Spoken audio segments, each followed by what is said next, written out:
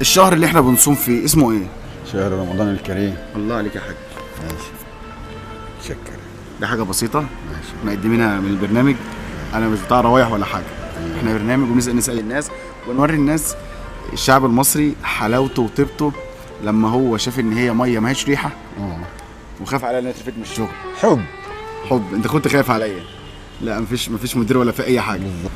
وانت يا عم صابر راجل محترم، وانا بحب انزل الصبحيه اشوف الناس الشقيانه الجميله اللي زي حضرتك بنحب نكسبها وبنوصل رساله للشباب.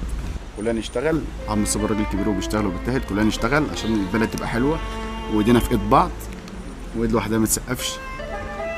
صح يا عم صابر؟ صح. الشغل عمره ما كان عيب. اهم حاجه تجيبها بالحلال. بالظبط صح كده تمام. اهم حاجه تجيبها بالحلال. ايوه. ماشي يا عم صابر، انت حضرتك موافق نزيل الحلقه ديت؟ اتفضل. يعني انت مش هتشتري مني راحه خلاص؟ خلاص. حبيب قلبي يا عم صابر. الله يبارك فيك.